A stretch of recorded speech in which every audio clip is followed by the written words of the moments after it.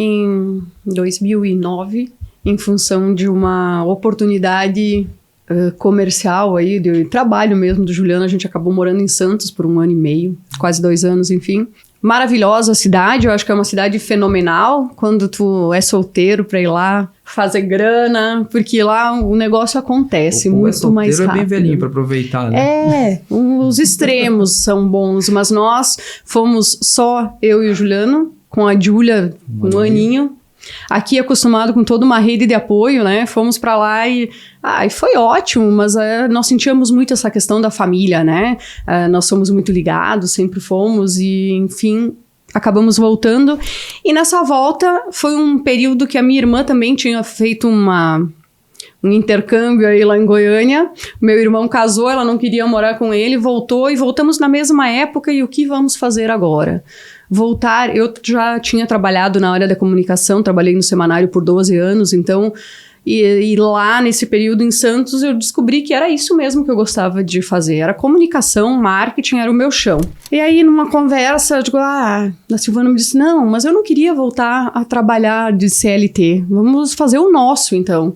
E na época, para mais um jornal noticioso, não tinha espaço, né? Nós tínhamos, na época, acho que uns 6 ou 7 jornais em Bento. E aí ela me disse, me olhou e me perguntou o que os teus clientes não gostavam no jornal. Então eu digo, a questão da qualidade, então poderia ser um papel melhor, vamos procurar um papel bacana. E aí começamos a pensar nos diferenciais que teria. O tamanho, teria que ser um tamanho, então, menor que o jornal, e maior que uma revista para em qualquer lugar que estiver as pessoas poderem reconhecer, né?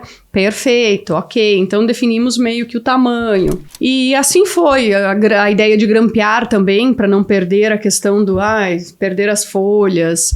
E tudo a gente pensou nesse sentido, né? Que na época os jornais tinham 1 ou 2 páginas coloridas, né? Que inclusive eram bem mais caras, né? E aí a gente pensando em tudo isso, fomos na gráfica, escolhemos um papel, né? Inclusive que fosse reciclável, porque já lá naquela época, 14 anos atrás, mais se falava do que se realmente fazia sobre a sustentabilidade, né? Então, já pensando nisso também, se pensou no papel. Paralelo a isso, com todos os nossos conhecidos, eu peguei a minha pastinha, coloquei embaixo do braço e fui conversar. E para muitos que estão no jornal até hoje conosco, muitos parceiros aí, são da época que eu fui vender a ideia, que eu falei para eles isso que eu tô falando para vocês, que eu tô comentando para vocês agora. Vai ser desse tamanho, mais ou menos isso.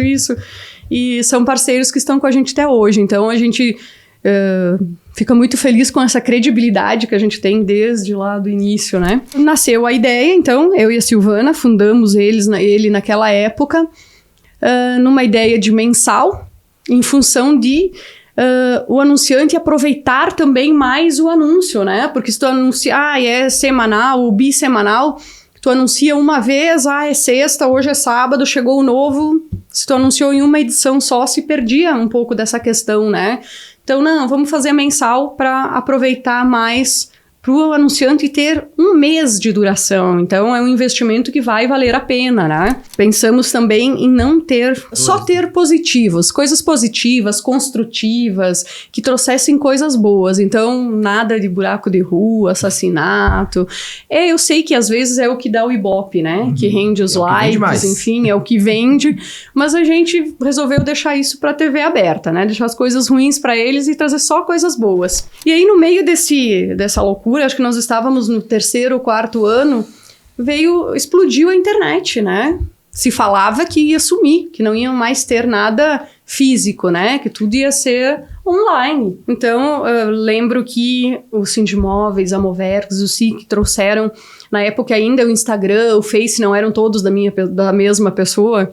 Então, veio um CEO do Facebook, do Instagram, do Google, e o pessoal do marketing de uma mega agência lá de Curitiba e o pessoal da Lerim Merloy também, para uma palestra falando justamente do online, né? Aí eu lembro de ter conversado com a Silvana e dito, bom, vamos lá ver o que a gente vai fazer, né? Porque se não vai ter mais impresso, No Vila Miquelon, né? No Vila Miquelon. Conversando com todos os palestrantes, todos foram, inclusive o pessoal, a menina do Google me disse, Silvia, quando que a realidade aumentada ficou conhecida? Quando foi para a banca com a Super Interessante.